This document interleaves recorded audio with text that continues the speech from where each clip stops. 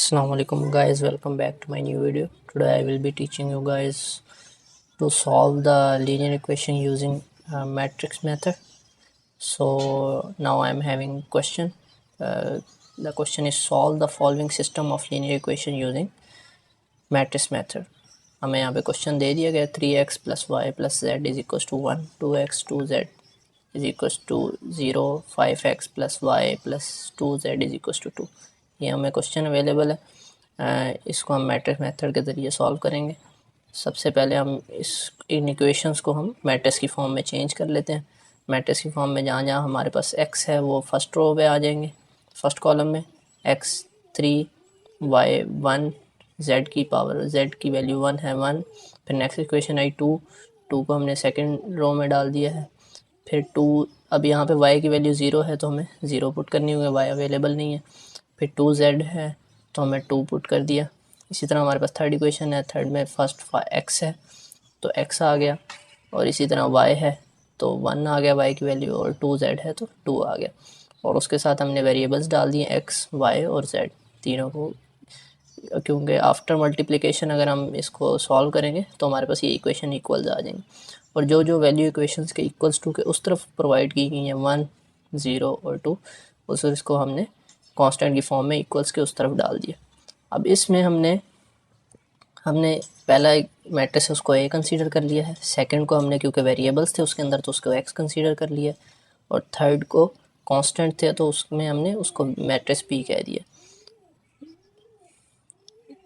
इसके बाद हमने जो मैंने आपको बताया कि पहले मैट्रिक्स को हमने मैट्रिक्स a कह दिया है, सेकंड मैट्रिक्स को x कह दिया क्योंकि उसमें वेरिएबल्स थे, और थर्ड मैट्रिक्स को हमने b कह दिया क्योंकि उसमें कांस्टेंट थे. अब जब हमने किसी भी लीनियर इक्वेशन की वैल्यूज़ फाइंड करनी है, मीन हमें x, y और z की वैल्यू फाइंड करनी है, तो सबसे पहले हमने देखना है कि हमारा जो a है वो सिंगुलर तो नहीं है. सिंगुलर हम किस तरह फाइंड करेंगे? सबसे पहले हम उसका डिटरमिनेंट निकालेंगे. तो ये मेरे पास कैलकुलेटर अवेलेबल है.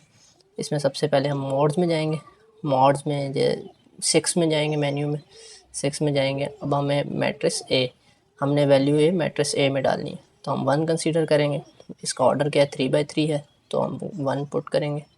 1 पुट किया, यहाँ पे हम वैल्यूज़ इंटर कर देंगे 3, 1, 1, 2, 0, 2, 5, 1 और 2. ये हमने वैल्यूज़ इंटर कर दी. उसके बाद हम AC प्रेस कर देंगे, उसके बाद शिफ्ट प्रेस करेंगे, 4 प्रेस करेंगे, और 7 पे हमें डिटर्मिनेंट का ऑप्शन दिया हुआ है, हम 7 प्रेस करेंगे, और फिर शिफ्ट मैट्रिक्स, और किसका डिटर्मिनेंट निकालना है? 3 का. 3 प्रेस करेंगे और ब्रैकेट क्लोज कर देंगे. अब यहाँ पे हम देखेंगे कि हमें डिटर्मिनेंट ऑफ a कुछ वैल्यू मिली है, तो इट्स मीन दैट कि ये अगर इक्वल टू 0 होगा तो हम कंसीडर करेंगे कि जो हमारा मैट्रिक्स है वो सिंगुलर है. अगर इक्वल टू 0 नहीं है तो नॉन सिंगुलर है. तो फिर ही हम आगे जो है प्रोसीजर पूरा फॉलो कर सकते हैं. अगर हमारा मैट्रिक्स सिंगुलर आ गया तो हम उसकी मल्टीप्लिकेशन और वेरिएबल्स की वैल्यू नहीं निकाल सकते. तो सबसे पहला स्टेप ये सबसे ज़रूरी है कि हमें पहले फाइंड करना है, ये कंडीशन है एक तरह की कि हमें फाइंड करना है कि हमारा मैट्रिक्स जो है उसकी वो सिंगुलर ना हो.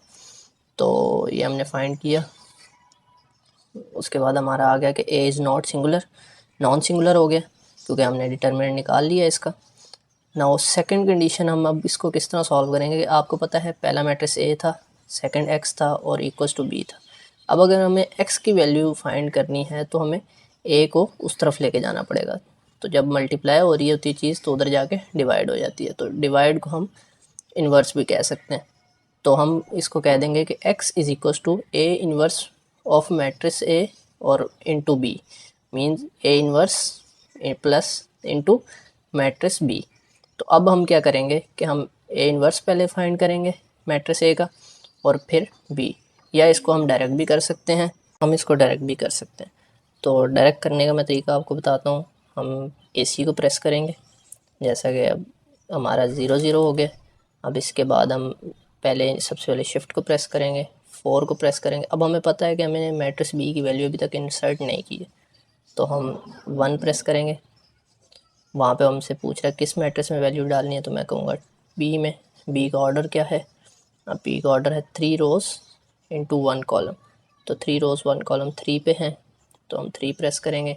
यहाँ पे हम वैल्यू इंसर्ट कर देते हैं 1, 0 और 2, ये हमने वैल्यू इंसर्ट कर दी। फिर AC प्रेस करेंगे। अब जैसा कि आपको पता है कि हमें A इन्वर्स इंटू B करेंगे तो हमें X की वैल्यू मिलेगी। तो हमने AC प्रेस किया, शिफ्ट 4 में पहले मैट्रिक्स A हम करेंगे, मैट्रिक्स A इन्वर्स की जो वीडियो मैंने प्रोवाइड की हुई है किस तरह हम निकालते हैं, तो आप अगर उसको देख लेंगे तो आपको और हेल्प मिल जाएगी।